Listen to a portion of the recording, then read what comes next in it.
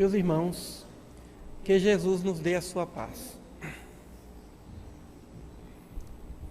Um dia, Jesus e seus discípulos, como de costume, estavam à beira do lago de Genezaré, que naquele tempo era também chamado de Lago do Tiberíades, em homenagem ao imperador romano Tibério. Parecia que aquela tarde cansou, de certo modo, as atividades ou as energias do nosso mestre. Depois de proferir a sua palestra, seus comentários consoladores, e sempre, como de costume, curar inúmeros enfermos, Jesus solicitou aos discípulos que pudessem levá-lo a outra margem do lago de Tiberíades. Como sempre, eles se preparavam, mas Jesus, ele recusou o devido preparo. Ele queria seguir logo, já no final da tarde, até a outra margem do Tiberíades. Eles iriam para uma região chamada Gerasa ou Gadara. A multidão o acompanhava com o olhar, mas alguns barcos ainda acompanhavam o barco que conduzia Jesus. Depois de alguns momentos, de alguns minutos, Jesus começa a dormir e dorme na proa do barco e provavelmente em algum travesseiro de couro, e ele dorme profundamente. Durante a travessia, depois que ele dormiu, acometeu ou surgiu uma grande tempestade de vento. Não era tempestade de trovoadas, relâmpagos, chuvas, não. Tempestade de vento. O vento que agitava as ondas do mar, que agitava o barco. Em algum momento os discípulos estavam preocupados porque já entrava água no barco. E não só naquele barco, mas também nos demais barcos que acompanhavam o barco de Jesus. Ali se encontravam Pedro, Tiago, João, Natanael, Filipe, todos os discípulos. E eles ficaram desesperados. Jesus dormia como se nada tivesse acontecendo. E chegou um momento que o desespero foi tão grande que a saída é acordar Jesus, para ver o que ele pode fazer, porque nós estamos na iminência de ver o barco virado. E acordaram Jesus: mestre, perecemos. Jesus acordou e olhou para aqueles discípulos amedrontados, olhou, viu a situação e solicitou aos ventos e aos mares que ficassem calmos. Silêncio, calma. No mesmo momento, os ventos pararam e, em consequência disso, os mares, ou o mar agitado, também parou. E os discípulos narram dizendo que houve grande bonança. Eles prosseguiram o caminho e chegaram à região, que era a região da Judéia, mas ali morava um povo da Pérea, gente que não era judeu.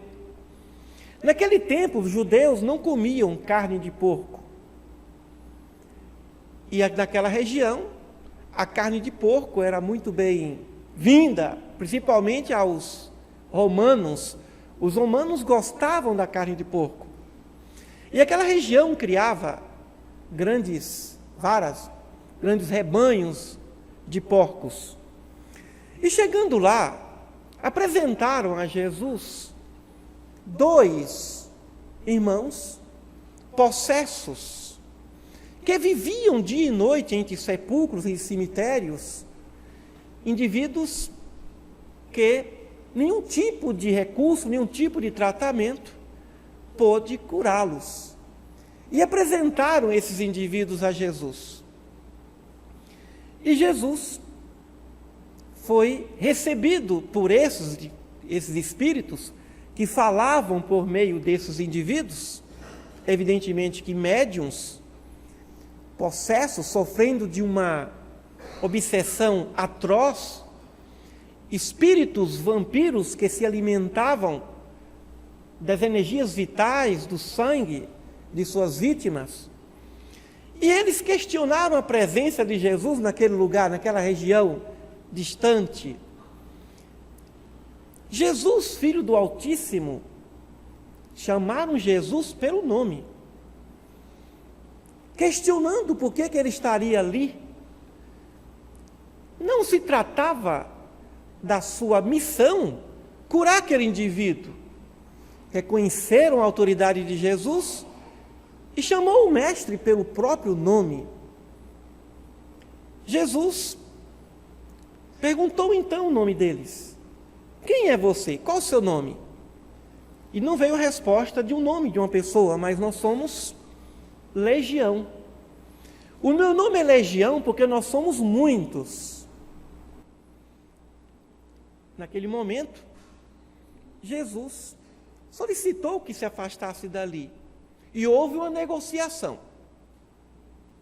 Houve uma negociação. Então, o Senhor permita, já que ele pode tudo, Jesus podia mesmo, podia enviar seus mensageiros e dizer assim, tira esse pessoal daqui. E tiraria na hora. É o general que manda nos seus subalternos. Mas aí eles queriam a negociação com Jesus e Jesus aceitou. Então manda para que a gente vá até aqueles porcos. Eram 2.000 porcos. Segundo os cálculos, daria hoje 500 mil reais, meio milhão de reais. E Jesus concordou e mandou a turma lá para os porcos, que se precipitaram numa correria e caíram num abismo, todos morreram. E aí os donos daquele rebanho pediram que Jesus saísse daquela região. Expulsaram Jesus. Não queremos você aqui, porque aqui você dá muito trabalho. Além disso, dá prejuízo. Nem imaginaram que ele tinha poder de cura e podia curar todos os doentes daquela região. Aquela cidade, aquela região de Gadara, valorizava mais os bens materiais do que a própria saúde, que é um bem material também. E Jesus respeitou e saiu da região. São 2 episódios intercalados. Jesus aplaca a tempestade, a caminho de Gadara ou de Gerasa, e lá ele cura 2 possessos e faz uma negociação com o espírito impuro e atende o pedido, causando dano material àqueles homens, aos seus proprietários. E aí nós fazemos algumas perguntas. Por que Jesus provocou esse prejuízo aos donos do rebanho? Por que Jesus estava dormindo na hora de uma tempestade de vento atroz que poderia causar um grande dano, perda de vidas? Parecia dormir indiferente. Por que Jesus perguntou o nome daqueles espíritos? Pouco importava o nome de cada um deles. E a resposta veio: somos legião, porque somos muitos. Quando nós pesquisamos a respeito disso e buscamos respostas da teologia, não encontramos respostas que possam nos explicar como é possível andar sobre as águas e acalmar uma imensa tempestade de vento. E muito menos como é que Jesus, o nosso mestre, foi negociar Isso até me lembra uma filosofia de alguns países: não negociamos com terrorista. Porque ele foi negociar com esses espíritos, causando dano a uma propriedade? Onde está essa lógica? Vamos tentar entender. Na física, ou pela física, é possível explicarmos como é que se pode andar sobre a água, como pode existir a levitação, e aí pela física é muito fácil entender como ele aplacou a tempestade. Analisando 2 pontos da física: o estudo do eletromagnetismo, pelas leis de Coulomb, físico francês, e o estudo da força da segunda lei de Newton, físico inglês. A lei de Coulomb diz que existem cargas elétricas positivas e negativas, e tem suas propriedades. Ele estuda a respeito das propriedades das cargas elétricas que toda matéria tem, inclusive o elemento material extracorpóreo. E segundo a lei de Coulomb, cargas elétricas semelhantes se repelem, e cargas elétricas diferentes se distanciam, ou diferentes se distanciam. Então, cargas elétricas iguais repelem, diferentes se aproximam. Bem, o solo, ele é rico de cargas elétricas negativas. Quando a gente fala em terra, é semelhante a cargas elétricas negativas. Se o indivíduo tem poder para canalizar uma grande camada ou uma grande quantidade de cargas elétricas negativas sobre uma superfície, é possível a levitação. Porque cargas elétricas negativas com negativo, o que acontece? Se repelem. Então, qualquer indivíduo que possa concentrar nos pés e nas pernas uma grande quantidade de carga elétrica negativa, ele vai levitar. Se não tomar cuidado, ele vai acender. Ele vai para muito longe, ele sai da região da atmosfera, ele não vem aqui. Porque a carga elétrica negativa com carga elétrica negativa se repele. Por isso que não só Jesus andou sobre as águas, Pedro também. Pedro também. Mas Pedro andou sobre as águas sob a influência eletromagnética poderosa do Mestre. Mas aí quando o Mestre tirou a sua força e deixou que Pedro andasse sobre as águas pela sua própria condição espiritual, aí ele quase ia se afogar. Se não fosse Jesus, ele ia se afogar. Mas ele andou sobre as águas também. Depois de Jesus, só Pedro. Mas hoje nós temos monges que andam sobre as águas. Então, andar sobre as águas já é uma característica explicada, é uma propriedade, é um fenômeno explicado pela física. Cargas elétricas negativas, em contato com o solo, se repelem. Tudo vai depender da força espiritual de alguém de canalizar cargas elétricas negativas na superfície. Nos pés, por exemplo, se estiver deitado nas costas, aí vai levitar, aí vai caminhar sobre as águas. E como é que ele conseguiu aplacar a tempestade? Do mesmo modo. Isaac Newton desenvolveu, a partir da sua segunda lei de Newton, o estudo da força. Ele estudou a força em função da massa, em função do deslocamento ou da aceleração. Na física, a aceleração está vinculada à velocidade em função do tempo. Velocidade final menos velocidade inicial, sobre o tempo nós vamos ter aí uma aceleração. Mas para ficar mais simples, vamos falar em deslocamento. Força é igual a massa vezes deslocamento. E sim, o segundo grau, que todos nós já aprendemos, e provavelmente alguns já se esqueceram. mas sempre é tempo de lembrar. Então, força é igual a massa vezes aceleração. A força, ela tem vínculo com a massa de um objeto e o deslocamento. Se eu provoco, imaginemos um objeto, que tem um objeto. Uma força sobre esse objeto vai provocar um deslocamento desse ponto A para esse ponto B. Bem, por essa equação, nós também podemos entender que o deslocamento é igual à força sobre a massa. Força eletromagnética de Jesus sobre a massa dos ventos. O que é o vento? O vento é uma corrente de ar, é um ar, é o oxigênio em movimento. Ali existe massa.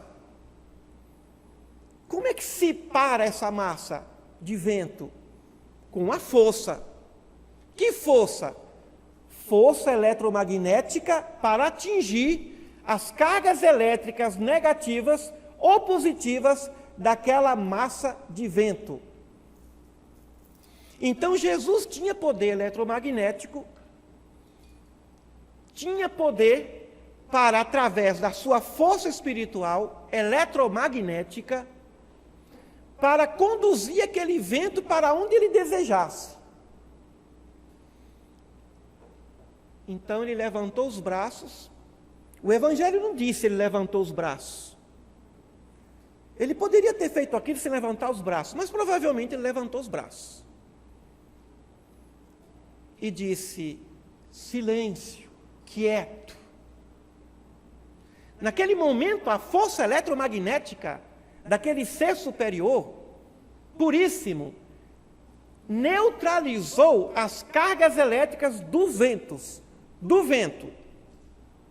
E é evidente que quando o vento parou de ventar, o mar se serenou.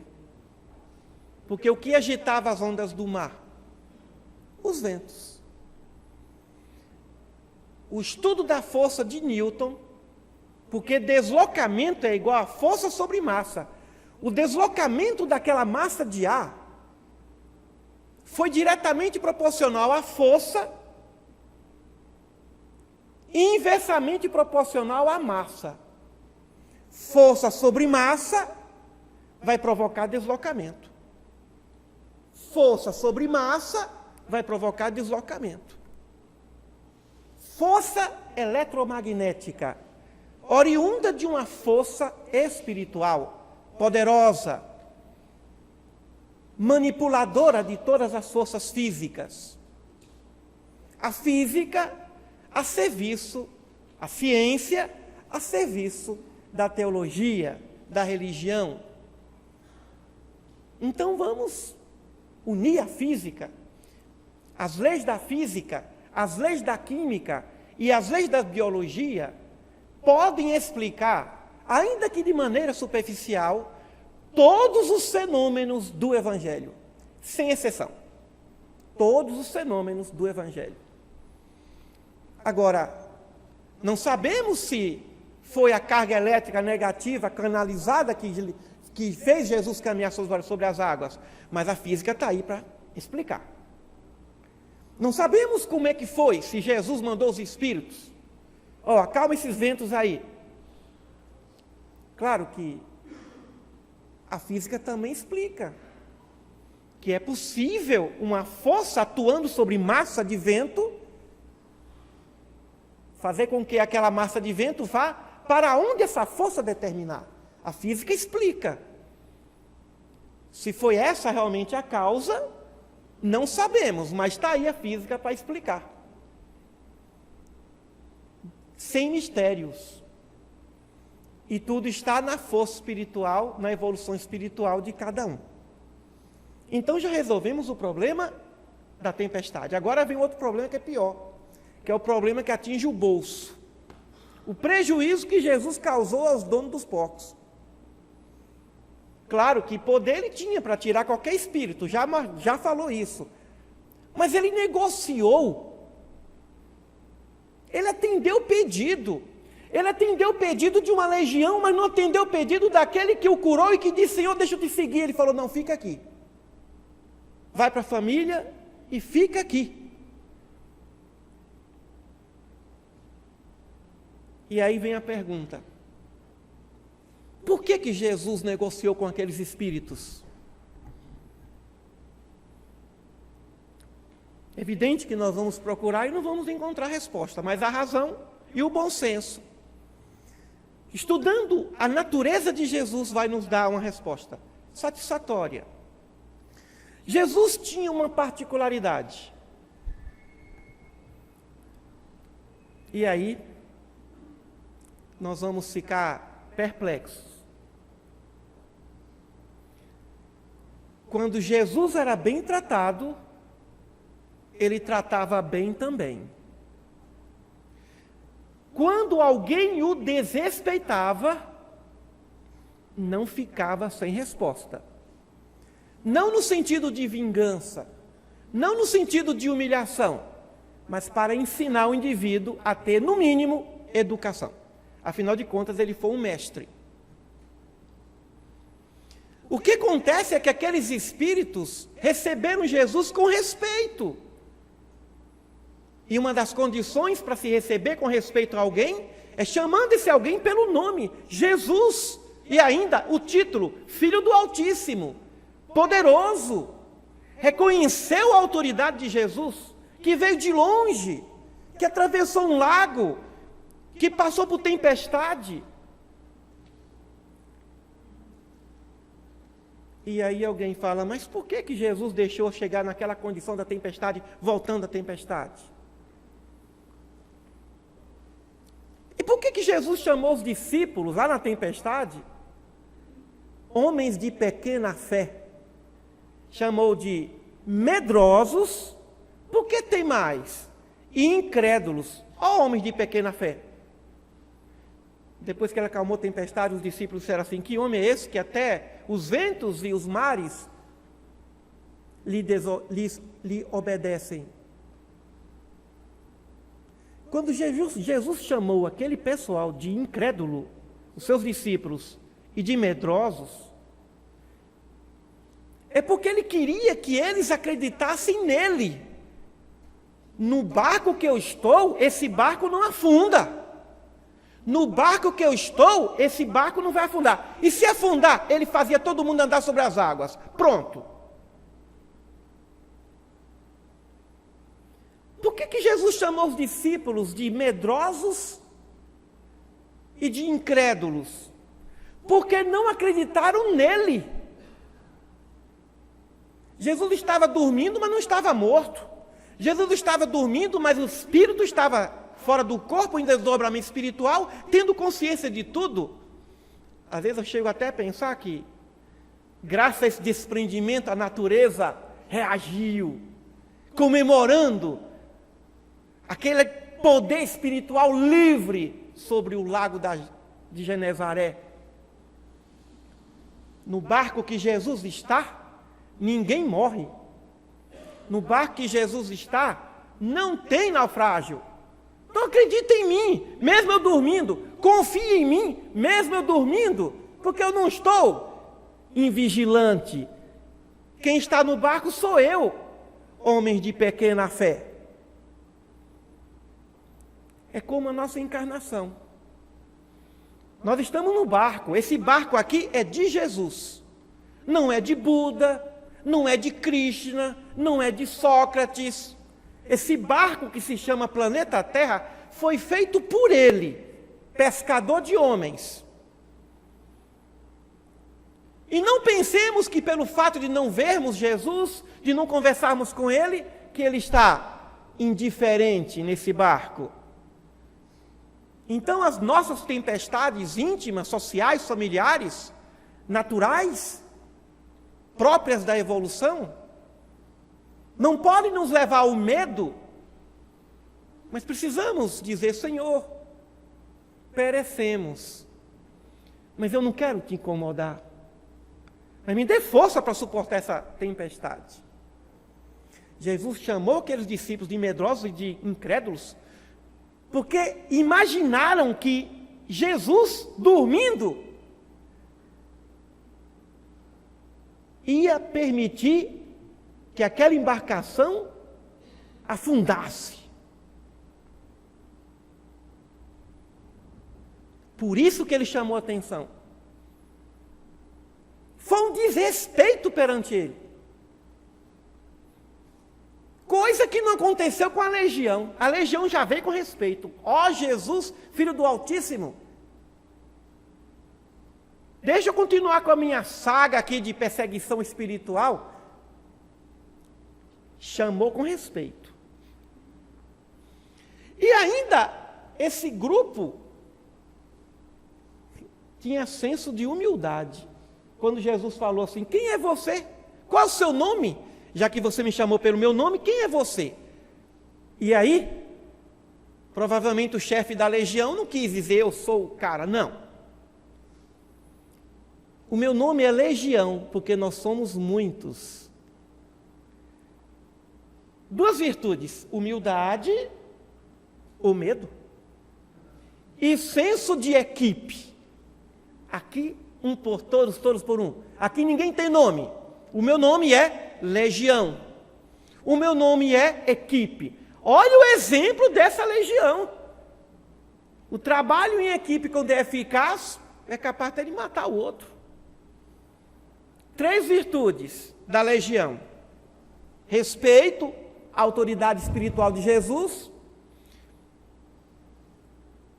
não se apresentar como sendo fulano ou beltrano, e ainda somos muitos, legião, sentimento de trabalho em equipe. Quem conhece Jesus, quem conhece a sua história, sabe que Jesus valorizava demais uma coisa. A maior virtude que Jesus preconizava não era a fé, era o amor com paixão. Jesus valorizou, acima de todas as virtudes, a compaixão, a piedade. Jesus sentiu compaixão por aqueles espíritos impuros. Ele sentiu compaixão.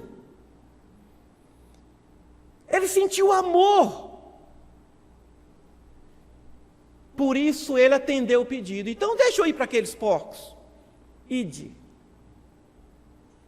Teve compaixão, vou dar comida para vocês. Já que a finalidade dos porcos é alimentar os homens, agora vai alimentar vocês, vampiros. Ide. Ele autorizou, e eles foram. Os porcos, quando sentiram a presença daquela multidão de espíritos impuros, mais impuros do que perversos, eles saíram disparada. Os animais têm sensibilidade. Os animais sentem a presença dos espíritos. E se precipitaram, morreram todos no abismo, e é evidente que os espíritos aí se aproveitaram naquele banquete de sangue. Espíritos de vampiros. E aí, Jesus atendeu, deu comida para eles. E depois desse momento, provavelmente foram conduzidos, ou permaneceram na região. E aí, foram avisar para os proprietários: olha, chegou um profeta aí, que causou o maior prejuízo, R$500 mil, 500 mil. Quem conhece aqui o peso do quilo do porco, vai fazer um cálculo que fica entre 400 e 500 mil reais. Olha que prejuízo, 2.000 porcos. É muito porco para vender para os romanos. Foram lá e pediram para ele sair. Ó, sai daqui. Por que Jesus fez isso? Por que ele provocou esse prejuízo? Se nós analisarmos o comportamento daquela região, daquele povo, que chegou ali um indivíduo que tinha propriedade e capacidade de curar 2 possessos, que viviam dia e noite numa situação calamitosa. Esse indivíduo é bom, vamos trazê-lo, eu quero que ele cure mais gente. Porque qual era a região que Jesus visitava que não tinha centenas de enfermos? Mas aquele povo daquela região era um povo muito materialista, valorizava mais o dinheiro, a propriedade do que a saúde. E quem valoriza mais a propriedade do que a saúde, essa propriedade geralmente não é bem adquirida. Quase sempre é uma propriedade que foi construída, que foi conquistada sob o peso da desonestidade. E bem material que é construído sob o peso da desonestidade, ele tem um fim, o precipício. Ele tem um fim, a derrocada.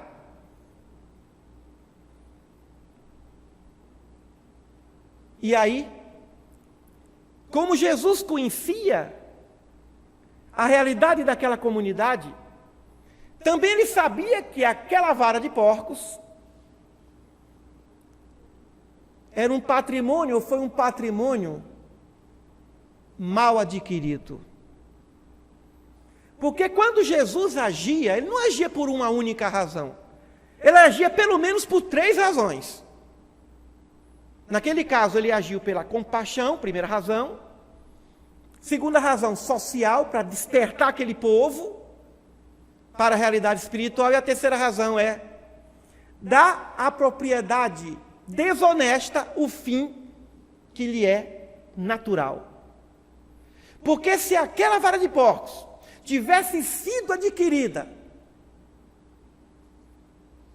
pelo trabalho honesto, sem usurpar ninguém, ele jamais autorizaria aquilo.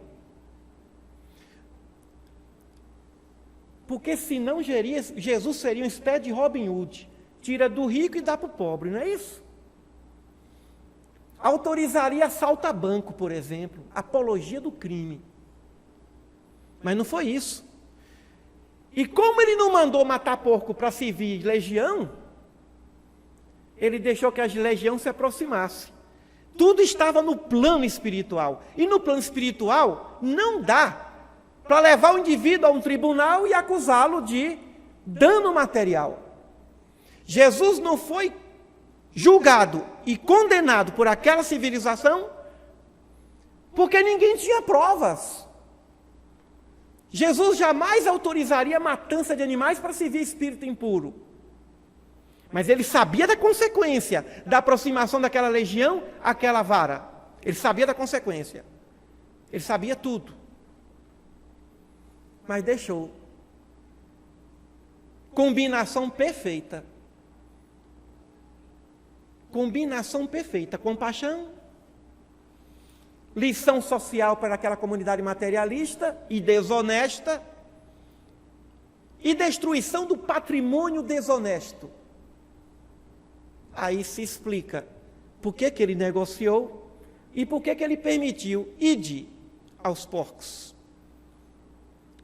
Claro que o espírito humano não pode entrar no corpo, mas se aproxima e bebe das energias vitais dos animais, como também dos seres humanos. É o que eles faziam com aqueles possessos. Então, tudo foi no plano espiritual. Não adianta querer pegar os bens de um rico desonesto, usurpá-los para distribuir para os pobres. A tese de Robin Hood não funciona no Evangelho. Mas ele sabia.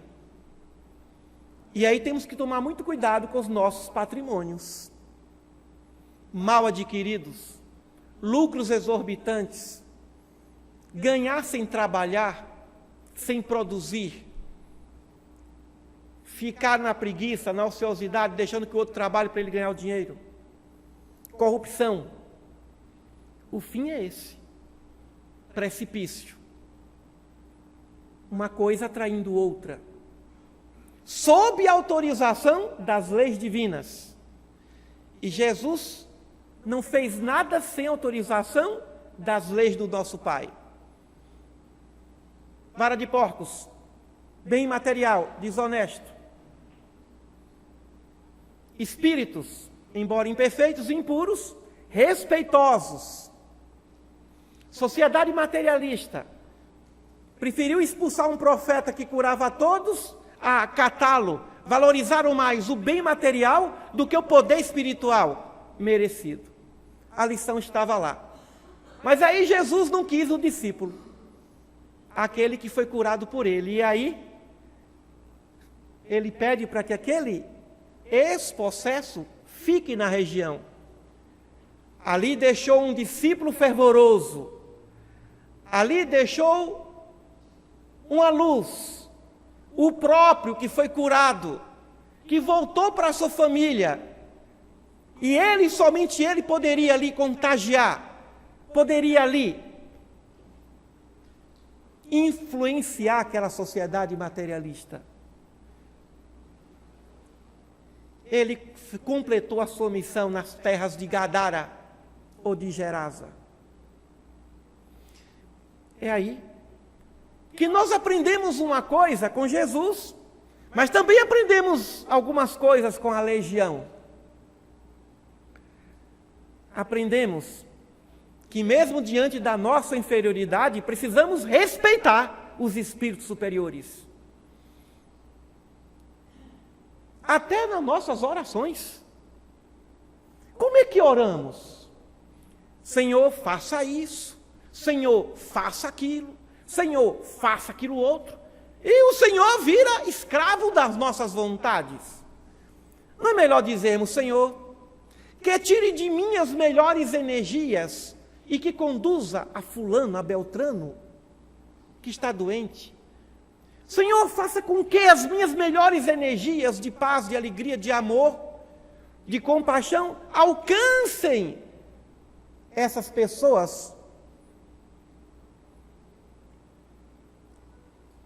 E se possível, Senhor, que das tuas sublimes energias, dizendo a Jesus, que se completem as minhas, que são tão pequenas. É um palito de fósforo aceso diante do grande sol. É assim que se deve pedir a Jesus. Primeiro o Senhor ia pedir a Deus, tire de mim. Primeiro tire de mim, do que eu tenho, do pouco que eu tenho, do nada que eu tenho, mas tira de mim. E como não vai ser suficiente nunca, Senhor, leva a tua luz, se for da tua vontade. A legião demonstrou humildade. E nós, em nossas orações, quando eles pediram a Jesus, ele atendeu. Porque eles pediram com humildade. Receberam Jesus com humildade. É uma passagem que nós aprendemos com o mestre e também com os obsessores. O Evangelho influenciando nas nossas vidas, no nosso comportamento. A todo instante, legiões nos acompanham, é evidente que nos acompanham. Quando nós sintonizamos a nossa mente pelo materialismo, uma legião de mentes que sintonizam no materialismo também estão conosco. Quando nós sintonizamos com o sensualismo, é evidente que uma legião de mentes sensuais e sensualistas nos acompanham. Quando nós pensamos bem, nós caminhamos sempre com muitos. Nós nunca somos individuais.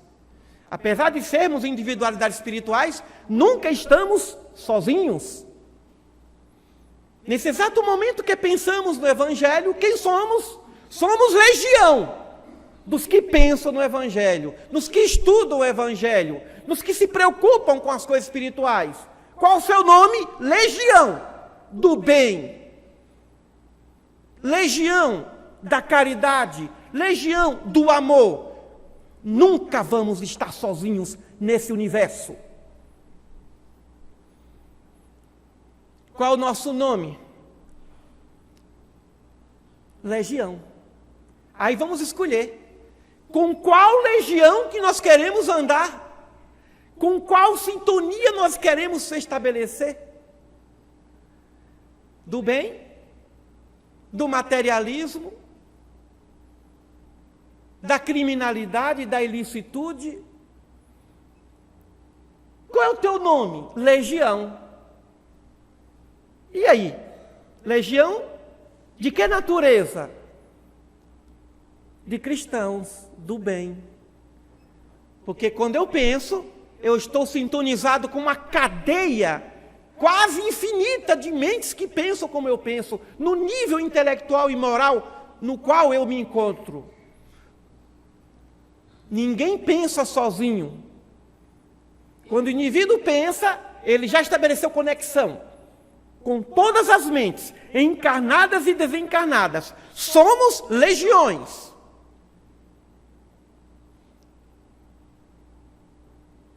Isso nos tira do personalismo. Aquela legião nos ensinou uma coisa muito interessante. Qual é o seu nome? Eu não tenho nome. E aí nós vamos entender porque Jesus disse, ao terminar uma obra, diga assim, sou apenas um servo inútil. Será que é possível fazermos alguma coisa sozinho? Não é possível. Nunca estamos sozinhos. Porque a própria sintonia moral e intelectual que carregamos vem com outras tantas sintonias, com outras tantas mentes, com outros tantos espíritos que pela mente nos acompanham, ou presencialmente. E aí, vamos aprender com as leis da física, vamos aprender com as leis da matemática, da química, lei da química para explicar como Jesus transformou água em vinho nas bodas de Caná. Vamos aprender pelas leis da biologia como é possível restaurar células, átomos, pela força poderosa do eletromagnetismo curador. Daqui a pouco vamos ter os passes. E aí os nossos médiuns, quando impuserem as mãos, terão que concentrar na sua alma e nessas mãos poderosas energias e o desejo sincero de dizer, Senhor, cura esse meu paciente. E o paciente, ao receber o passe, também vai dizer, Senhor, cura-me, por meio desse irmão, que generosamente transfere, nessa transfusão fantástica de energias e fluidos, que eu possa sair daqui, Senhor, com essas células cancerígenas restauradas, e cura. Não há doença, não há enfermidade que não possa ser curada. Tudo só depende da condição espiritual, da fé, mas sobretudo da boa vontade, a mais poderosa das vontades. Então, meus irmãos, vamos estudar os evangelhos, vamos entender o evangelho, vamos entender a natureza, como é que Jesus agia, e trazer isso para a nossa vida, para o nosso cotidiano. Porque cada exemplo dele, cada atitude dele, não é uma ficção. E que não se diga que é ficção, invenção de narradores. Tem sentido. Cedo ou tarde, a ciência comprovará outras razões. Cedo ou tarde, nós vamos acalmar a tempestade. Cedo ou tarde, nós vamos fazer chover. É só ter força eletromagnética para atingir o eudeto de prata que a substância que provoca chuva nas nuvens, porque o ser humano, o ser espiritual, ele é muito mais poderoso do que o vegetal, o animal, irracional e o mineral. Vamos construir e adquirir essas virtudes. Quando tomarmos um copo d'água, conversemos com a água, irmã água, Francisco de Assis, que graças ao seu poder, ele acalmou o lobo feroz da cidade italiana de Gúbio. O lobo devorava todo mundo, atacava todo mundo, matava todo mundo, mas chegou Francisco. Ele não ousou, porque ali estava um poder eletromagnético, cargas elétricas poderosas para neutralizar a ferocidade do animal. Nós valemos muito mais do que os animais, do que os vegetais e do que os minerais, como disse Jesus. Olhai as aves do céu, olhai os lírios do campo. E poderia dizer, olhai as pérolas, olhai os minerais. Nós somos muito mais interessantes. Aquela legião era muito mais importante e valia muito mais do que os porcos, que também cumpriram a finalidade espiritual de educar a cidade e fazer cumprir a vontade de Deus. Muita paz a todos.